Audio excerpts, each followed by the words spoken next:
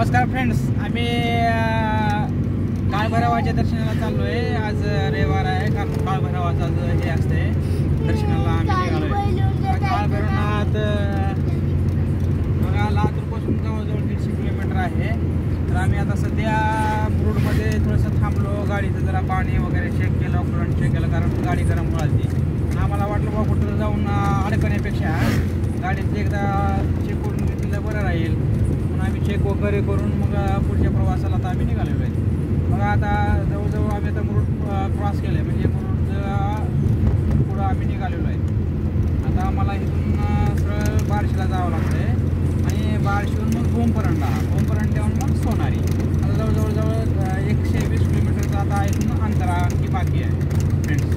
तर तिथे गेल्यानंतर मी तुम्हाला सर्व काळभैरवाचं दर्शन, पुन्हा त्याच्यानंतर तुम्हाला पूर्ण देवाचं दर्शन वगैरे मी लाईव्ह दाखवणार आहे. तर त्याच्यासाठी तुम्ही माझ्या चॅनलला हे करा, लाईक आणि शेअर करा. आणि महत्त्वाचं सांगायचं म्हटलं तरी हा व्हिडिओ तुम्हाला कसं वाटतो का नाही ते कमेंटमध्ये जरूर सांगा फ्रेंड्स. बघा हे आम्ही एकदम सावकाश चाललो, काय नाही आम्हाला निवांत, एकदम काहीच गडबड नाही आहे. सावकाश चालायचं, निवांत जायचं.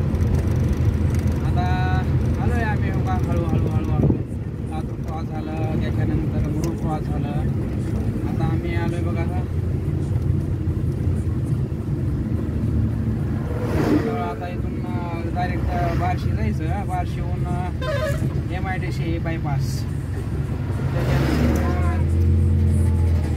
जाऊन यायचं आपण.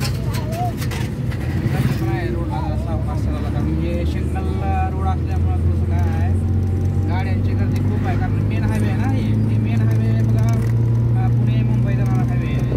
त्याच्यामुळं थोडं सावकाश असतं, कारण गाड्या खूप आहेत आणि प्रत्येकाला गडबड आहे की बाबा लवकर जायचं, बाबा जावा तुम्ही, लवकर जावा अगोदर, त्यांना सोडायचं. आपण गडबड नाही करायचं, आपल्याला गडबड जमत नाही गाडीमध्ये, कारण सावकाश जायचं आणि सावकाश यायचं. समोर त्याला जर गडबड असेल तर तुम्ही बाबा म्हणायचं, सोडायचं, त्याला साईड द्यायचं. तर मला हे म्हणायचं होतं, काळभैरव हे आमचं कुलदैवत असल्यामुळं आम्ही, कारण वारीला आम्हाला जाणं झालं नाही, कारण मला वारीला आपली सुट्टी दिली नाही. मला सुट्टी नसल्यामुळं आता दर्शनाला चाललो फ्रेंड्स. बघा तुम्ही पण या दर्शनाला आणि आमच्या चॅनलला थोडंसं सपोर्ट केलं म्हणजे आम्हाला पुन्हा काहीतरी पुढं जाता येईल, कारण तुमच्या सपोर्टशिवाय हे काही शक्य नाही फ्रेंड्स. तर जास्तीत जास्त तुम्ही माझ्या व्हिडिओला लाईक, शेअर आणि सबस्क्राईब करा. जास्तीत जास्त तुम्ही लोकांपर्यंत माझा व्हिडिओ शेअर करा. आणि हे बघा माझ्याकडे नॅनो गाडी आहे, एकदम भारी गाडी आहे बघा फ्रेंड्स. लोकांना हे कसं आहे, हे गाडी जर असते म्हणजे मार्केटचं जर झालं असतं तर प्रत्येकाच्या घरी गाडी राहिली आहे.